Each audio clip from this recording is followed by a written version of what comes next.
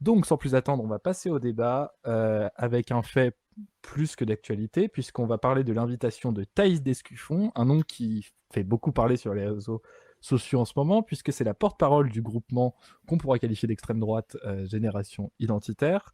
Elle a été donc invitée dans l'émission Balance ton poste, présentée par Cyril Hanouna le 21 janvier 2021, du coup. Euh, Qu'est-ce que vous pensez déjà de cette invitation? Est-ce que vous avez déjà vu l'émission? Est-ce que déjà vous avez vu l'émission et qu'est-ce que vous avez pensé de son intervention? Simon, on t'écoute. Bon, j'ai pas fait mon taf à fond parce que je vais être honnête, j'ai pas vu l'émission. Après, forcément, il y a beaucoup d'extraits qu'on fuité, enfin qu'on peut fuiter, mais qui ont été diffusés sur les réseaux.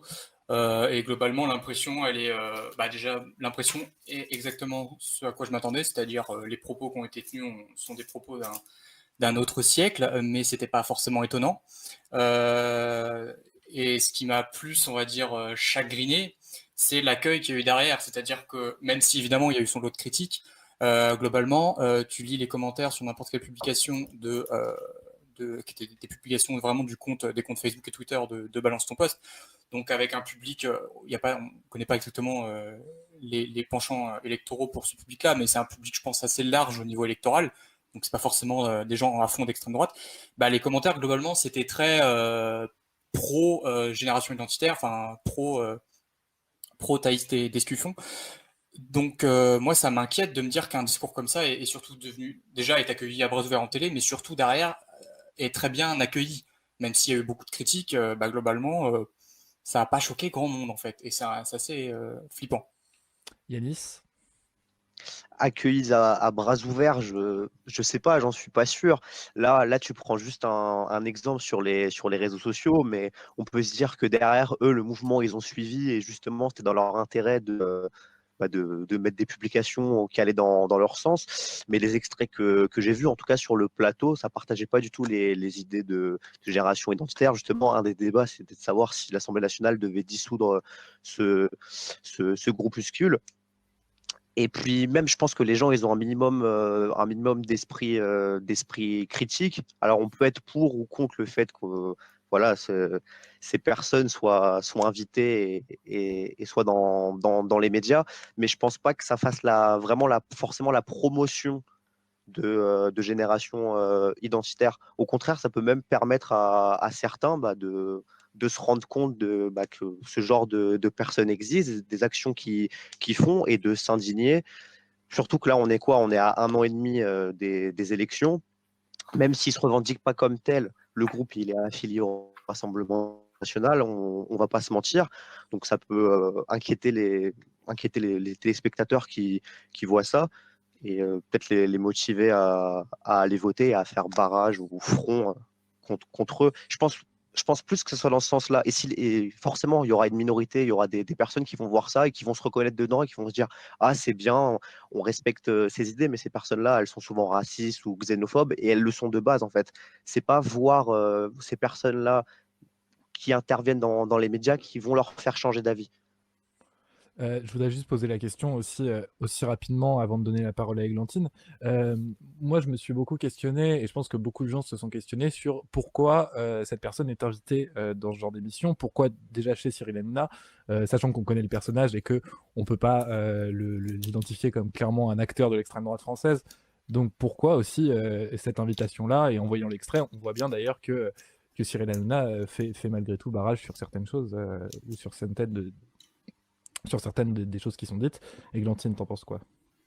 Bah, en fait, moi, je pense que au-delà du pourquoi, en fait, il faut se dire que si déjà Thaïs Descuffon a été invitée, c'est de la pub, que ce soit de la mauvaise ou de la bonne pub. Au final, ça fait parler, ça a beaucoup fait polémique sur les réseaux sociaux. Moi, je ne voyais pas qui était Thaïs Descuffon avant qu'elle soit invitée. Enfin, je voyais ce qu'était Génération Identitaire, j'en avais bien entendu parler, mais ça reste de la pub. Et pour rebondir aussi sur ce qu'a dit Yanis, moi, je pense que par contre, il n'y aura pas de prise de conscience chez les électeurs du Rassemblement national à cause de Génération Identitaire, parce qu'en fait, même si c'est plus explicite leur façon d'aborder les choses et qu'en fait, ils vont clairement aller dans les Pyrénées pour empêcher les immigrants d'entrer en France, c'est les mêmes idées, c'est juste que en fait, c'est plus politiquement correct et encore chez le Rassemblement national que chez Génération Identitaire. Non, je Mais à parlais mon des avis, autres. Pas de eux, je parlais des autres personnes qui ne sont ah pas oui, justement affiliées à des mouvements d'extrême droite. Ah oui, oui, non, ouais. bah non, ils partagent les mêmes idées, donc je pense pas qu'ils vont se dire, oh, ils vont un peu loin. Ouais, Non, non. voilà, c'est ça. Mais je sais pas si ça servira à faire barrage parce que dans un sens, malheureusement, c'est un discours qu'on a l'habitude d'entendre déjà, quoi. Je pense pas qu'il y aura de réel tournant en fait grâce ou à cause de ça, à cause de cette invitation. Gilles? Ouais, alors moi je rejoins davantage Simon et Glantine sur le sujet. Je trouve que vraiment c'est de la pub, c'est une tribune, c'est vraiment c'est du pain béni pour eux de pouvoir s'exprimer comme ça à 1 heure de grande écoute sur une émission aussi regardée et regardée par un assez large public et même pas mal de jeunes. En plus, ils mettent une porte-parole jeune qui peut justement enfin, on voit qu'il y a vraiment de la communication politique derrière tout ça, et moi, ça me choque parce que je trouve que déjà les propos qu'ils tiennent, pour moi, c'est raciste. Et le racisme, c'est pas une opinion, hein, c'est un délit, c'est interdit le racisme. Donc pour moi, je trouve ça vraiment très choquant. Et pour moi, ça rejoint aussi beaucoup les questions par rapport notamment à Éric Zemmour, au fait qu'il soit autant médiatisé, etc. Je trouve que c'est des gens qui n'ont rien d'intéressant à apporter au débat de quelque manière que ce soit et qui portent des propos vraiment très violents, comme Simon le disait, d'un autre siècle et qui n'ont juste pas leur place sur ce genre de chaîne et ce genre d'émission, quoi. Et vraiment, moi, ça m'a profondément choquée, ça m'a beaucoup énervée. Et contrairement à ce que disait Yanis, moi je pense que ça va davantage renforcer ceux qui avaient des opinions dans ce sens-là que permettre un barrage de se créer. Et d'ailleurs, c'est quelque chose qu'on sait en sociologie, que les médias en fait n'influencent pas tellement l'opinion, puisqu'en fait on a tendance à regarder les médias qui vont déjà dans notre sens. Donc en fait, ça peut que renforcer les gens qui avaient déjà ces opinions-là, quoi. Donc voilà. Sur tout ça, vraiment, c'est quelque chose qui m'a profondément énervée et choquée, quoi. On y reviendra sur la présence de l'extrême droite en seconde partie d'émission et sur comment dialoguer avec l'extrême droite de manière démocratique aussi malgré tout. Du coup, Simon, tu voulais prendre la parole? Ouais, pour ajouter par rapport à une remarque aussi par rapport à ce qu'avait dit Yanis, où globalement tu disais que les gens qui partagent des idées, enfin tu faisais un lien avec le Rassemblement national, le fait qu'il y avait aussi le racisme de base de certaines personnes qui font que quoi qu'il arrive, ils auraient soutenu Génération Identitaire, mais c'est pas si simple parce que déjà la plupart, une bonne partie des électeurs du RN sont pas forcément racistes de base en fait, c'est vraiment un engrenage qui fait que ils se tournent vers ça, et puis petit à petit, Oui, ils par deviennent de dépit plus en ou plus un racistes ras-le-bol, parce et qu'on oui, leur dit ça tout le temps. Et justement, il y a eu le fait de banaliser à fond Génération Identitaire. Je veux dire, Génération Identitaire, c'est vraiment la droite de la droite de la droite. Enfin, on va pas, moi, je veux pas paraître exagéré en disant ça, mais c'est du néonazisme, hein, globalement. Il n'y a pas d'idée d'enfermer des gens dans des camps ou quoi que ce soit. Mais sur la rhétorique et sur l'idée, c'est la même chose. Même sur le culte du symbole, etc. aussi. Ouais, voilà, Ah oui, pareil. Le symbole grec, tout ça. Tous ces trucs-là. Et donc, résultat, cette idée qui était même il y a 5 ans inimaginable, tout le monde était d'accord pour dire ça va pas. Aujourd'hui, c'est devenu comme ce qu'était le FN il y a 5 ans. C'est-à-dire, c'est extrémisme, mais de plus en plus de gens se disent en vrai, ça va. Et du coup, à côté de ça, le FN, bah, ça devient limite, oh, bah, ça passe carrément direct, quoi. Donc, plus on est, je crois, alors je connais pas à fond, je sais que c'est un concept sociologique de la fenêtre d'Overton qu'on a entendu un peu parler. Alors, je vais pas expliquer à fond parce que je connais pas non plus trop, mais c'est l'idée de dire, notamment sur le plateau télé, on fait venir des gens qui ont des discours de plus en plus racistes, de plus en plus improbables, euh, de plus en plus hardcore, pour au final faire accepter d'autres idées qui sont certes graves, mais un peu moins, alors que c'était des idées qui, il y a 5-10 ans, étaient complètement inimaginables. Et là, on assiste à ça, c'est-à-dire qu'aujourd'hui, Génération Identitaire peut aller sur les plateaux télé s'exprimer librement. Les gens trouvent que c'est un peu exagéré à juste titre, mais résultat, quand on voit quelqu'un du Rassemblement national, on se dit, bah là, bah ça passe, quoi. Et en fait, c'est ce qui se passe depuis des années, et je sais pas jusqu'où ça va aller, mais en 5 ans, je trouve qu'on laisse de plus en plus passer des discours qui sont de plus en plus graves, en fait. Mais j'ajouterais aussi, pour résumer ton propos un petit peu, c'est en fait le fait qu'on banalise, qu'on crée toujours plus violent, plus dur aussi, et avec des discours de plus en plus trash. ça banalise des discours qui étaient déjà trash avant. Et j'ajouterais à ça qu'aussi, il y a l'effet, entre guillemets, l'effet recherché, hein, on va pas se mentir, notamment par Hanouna et sa bande, qui est l'effet, et le groupe Canal en général, qui est l'effet buzz. On l'a bien vu aussi, alors buzz, mot un peu galvaudé, un peu vieillissant, mais Le buzz. le buzz, exactement. Non, on a l'idée de se dire ça aussi, de voir que concrètement, ça fait du buzz et c'est le cas, et c'est aussi, on va pas se mentir, pour ça que Zemmour est en prime time. Et parce que les gens qui regardent Zemmour, il y a aussi des gens qui regardent Zemmour parce que Zemmour, on va pas se mentir, Zemmour est un con. Et il y a des gens qui regardent Zemmour pour se dire, je veux C'est un regarder ce qu'il va euphémisme. dire comme connerie. C'est un euphémisme, évidemment. Évidemment. Donc, peut-être on se prendra un procès en diffamation, mais j'assume complètement mes propos. Alors, il y a beaucoup de gens qui veulent parler. On va faire un dernier tour de table et après, on va clore ce débat. Qui veut commencer? Allez, Églantine, du coup, parce que tu avais levé la main depuis longtemps.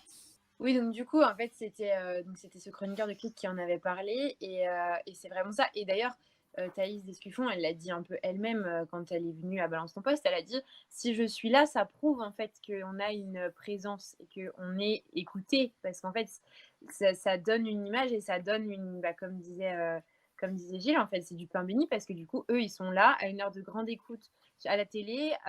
Les gens qui ne sont pas d'accord vont écouter parce qu'ils vont vouloir savoir ce qui se dit et ils vont vouloir s'offusquer. Les gens qui sont d'accord vont écouter parce que forcément, ils vont suivre ce genre de discours, ce genre de présence sur les médias. Et en fait, du coup, tout ce que ça fait, c'est donner de la vision, donner une présence et donner une puissance à ce genre de mouvement, alors que si on réglait ce genre de problème plutôt en interne, et du coup avec une dissolution du mouvement, et qui a d'ailleurs été demandée par la présidente de la région d'Occitanie, parce que c'était dans cette région-là qu'ils avaient fait des barrages pour les migrants, là, et ce serait bien plus sain, parce qu'au final, tout passe par les médias, et on se retrouve dans un espèce de bourbier de buzz, comme tu disais Théo, parce que cette personne-là, elle peut venir parler, exposer des idées qui sont foncièrement racistes, et des idéologies d'extrême droite à la télé à une heure de grande antenne. C'est hyper problématique, en fait. Gilles? Oui, j'avais plusieurs choses à dire. Déjà par rapport au fait que Cyril Hanouna avait fait en quelque sorte barrage à certains propos, etc. Moi, je trouve que c'est juste une pure hypocrisie, quoi. Il les a invités et pour moi, il savait très bien ce qu'il faisait et il savait très bien que ça allait faire parler, que ça allait faire du buzz, etc. Et c'est juste vraiment un barrage de principe. Alors, juste, j'ajouterais, je pense pas que ce soit de l'hypocrisie. Alors, sachant que je crois qu'Hanouna est producteur de l'émission et je crois donc qu'il a vraiment beaucoup la main sur qui est invité. Au-delà de l'hypocrisie, je pense qu'en fait, Hanouna sait que ça va faire du buzz, donc invite ces gens, mais ne veut pas être associé à ces gens-là. Bah oui, Et mais donc, justement, et donc qui va faire un semblant de barrage. Hypocrisie, même si c'est dans ce cas, tu les invites pas si tu veux pas donner la parole. Disons qu'on peut pas dire qu'il est d'extrême droite, quoi. Ouais, mais non, mais ça, c'est un peu facile de dire que tu les invites pas, justement. C'est un peu leur credo, c'est on nous donne jamais la parole, on nous invite jamais. Moi, ce qui me choque en soi, c'est pas.